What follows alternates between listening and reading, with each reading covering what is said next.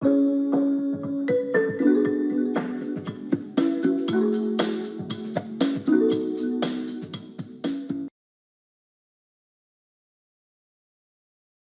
everyone and welcome back to another video on this channel. So today is a very special day because this is the, first time that I've ever tried a Bob Ross tutorial. So this is the Bob Ross challenge, I guess, but it doesn't really look at all like his painting. We'll see what you guys think. So thank you so much for clicking on this video. Thank you so much for coming to watch. So today, like I said, we're doing the Bob Ross tutorial. You've probably heard of it. So many big YouTubers have been doing it these past like 2 years or so. It got so big at some point that even people out of art were doing it, like storytime YouTubers and like vloggers. So it was a very interesting time for this challenge. It has attracted a lot of people through the years, and one of them is me now. Painting, I will show you guys at the end. I have no words. I can't even believe that I made it, but you guys have the entire video and you can see that I have made it. Anyways guys, thank you so much for clicking onto this video. Don't forget to like, comment, and subscribe. Share the video with your friends and family, and I will see you guys in the outro. Hello everyone and welcome to the narration of this video. So this video is definitely very interesting. It is my first long video. The majority of my videos, well, my only video, is recorded off of my phone and edited in a phone app, and it has a duration of like 3 minutes. And this video is finally a video where I have a long quality video. It's a pretty good time lapse. The angle isn't perfect, but we're doing something out of my comfort zone. Not completely out of it, but outside of the box a little bit for me. So this Bob Ross tutorial completely changed my perspective on acrylic painting, overall painting, and definitely I have to tell you, ever since this painting I've been painting near every single day. It's only been 3 days, don't worry. I haven't been editing for like a year, so we're good. One of my favorite things that I love, one of my favorite things about Bob Ross's overall technique that also very much helps beginners is that he makes you put a thin layer of white paint on your canvas. Now this is basically genius. I have no words basically.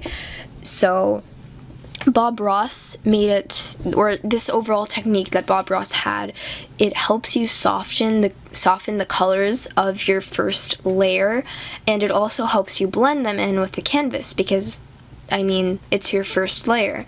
So the white layer really does do a lot, even though it doesn't seem like it. I know for a lot of people it seems pointless because you're not doing anything to the canvas, it's just making it white, but it really does add that surface that helps you build off of. It's a much sturdier, it's a much higher quality surface to start off of with painting. So I would have never thought of putting a white layer of paint before I started painting. I would just think that's completely stupid or idiotic because you wouldn't be able to see it anyways. So it definitely does help, and it definitely does go along with the brush strokes that he has, which his brush strokes are fantastic. He has very good hands for like the strokes, which I do not, as you can see in these clips where I'm adding the third step. I often end up making the colors too dark and then just not look that nice or nice at all, to say the least. And definitely that's one thing that you can see that he has mastered out of many. Bob Ross has mastered so many things about his overall technique and painting. He is definitely, I wish I could have met him in real life before he passed away. He is amazing, I have to say. His overall perspective of painting, it definitely changed it for me because he's like, let's paint a little happy cloud here, let's do the tree, let's make a happy little tree, let's have a happy little tree. where Happy Little Beaver lives, take some time to think about the environment of where this happy little tree is. So it just goes into all of those little details that you typically would not think about, would not even care. You would just be like, let me get this painting over with, or like, let me do this here, let me do this here. But when you begin to attach a story to the piece, it really does help you form the character of the piece. And I know for some people it will be weird, like, how do you form character to a painting about nature, or like a scene in nature? How do you do that? It is an interesting concept to grasp. So it's forming your own storyline, basically your own character for the mountains, the trees, just so that you can have more emotion, more passion while you're drawing them, so, or painting them. So you can definitely see this with Bob Ross. He wasn't paid for doing this, as far as I know, for my knowledge. He was not paid for doing this on the TV. I almost said the internet.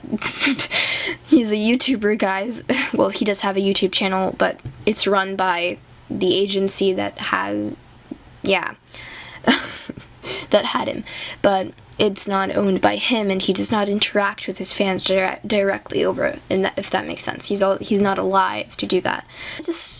Okay, let's face it, guys. If Bob Ross was a YouTuber, he would be the best ever YouTuber. So here we are. I'm pretty sure at this point we're already working on the trees.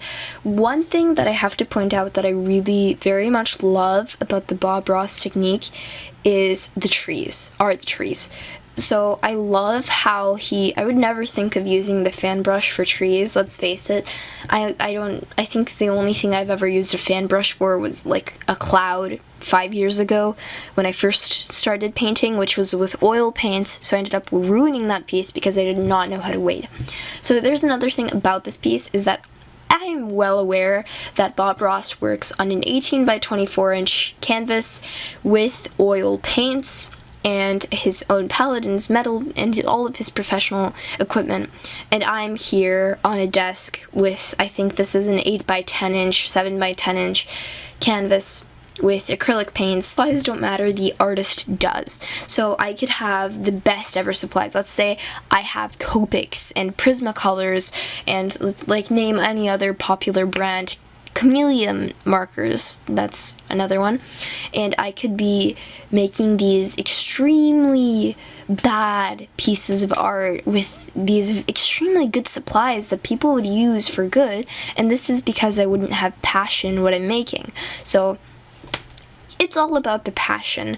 I can have these very crappy supplies, or just overall not high quality supplies, and work on a piece with, once again, not as high quality supplies as other people that are above me in art skill, and I can still match them or near match them in art skill because I have the passion and the will to work towards what I want with art, with other things that I do in my life. So it's all, that's where it links back to the artist matters, not the supplies.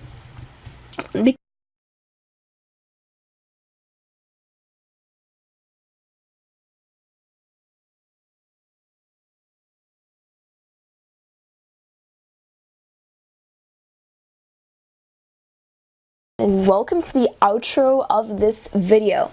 So it's time to talk a little bit about this painting that I've made.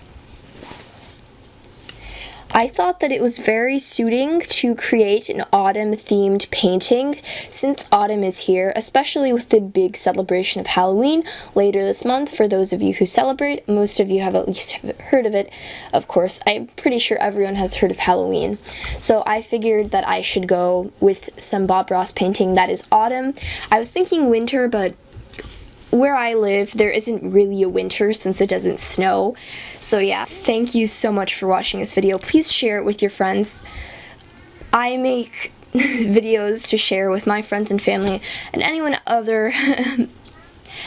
else that is interested in tuning in and listening about them. So thank you so much for joining me. I love higher quality videos, especially when I see them from people that are my age. Guys, very soon. Bye, guys. Before I go, though, remember, check out all of the links down in the description.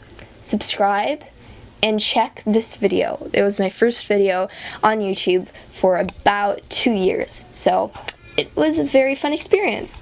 Anyways, guys, see you guys soon.